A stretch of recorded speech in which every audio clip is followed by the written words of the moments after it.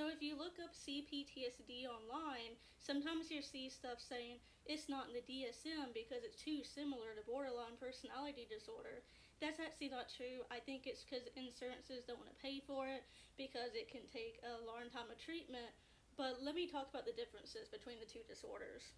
First of all, the two have completely different symptoms. Somebody with BPD does not necessarily have flashbacks, nightmares, and does not necessarily go to long extents to avoid certain things that remind them of trauma, while people with CPTSD do not necessarily go through frantic efforts to avoid abandonment or do not necessarily have the same type of fear of abandonment.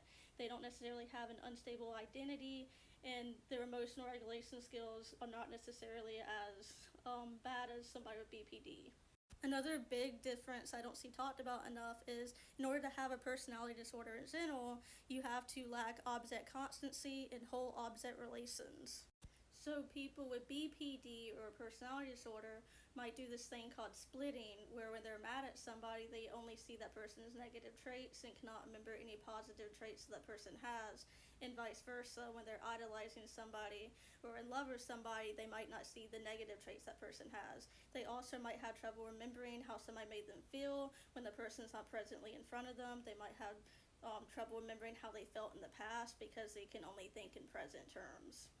My personal opinion is that BPD is a response to trauma, same with all personality disorders. I know some studies say otherwise, but I think those studies are ignoring the fact that not everybody with BPD might realize that they were emotionally neglected or emotionally abused, or the studies might not be taking certain things as trauma, such as a parent being absent during certain ages.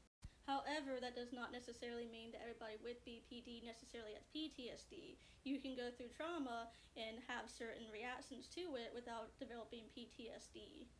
It's kind of similar to how somebody can have a disorder, but it doesn't necessarily mean that they have a disability, because having a disorder does not necessarily mean that you are disabled from it and cannot work.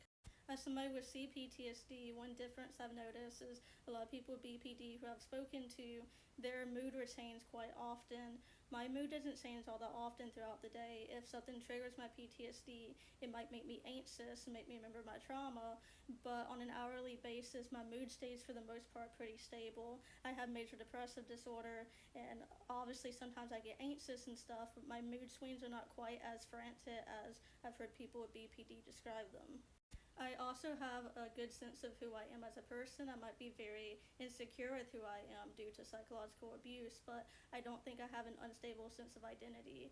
And I've also spoken to many therapists in the past and asked them if they think I have a personality disorder, and all of them have said no.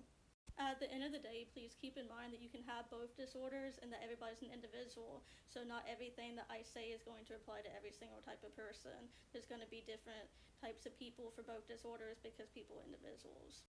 I also think that people with BPD and personality disorders get a lot of hate because there's a lot of stigma behind it, when again I do think it's a type of trauma response just to a specific type of a trauma, aka abandonment and emotional neglect. And so I do think that some of that stigma should go away, because just because you have a personality disorder does not mean you're a bad person.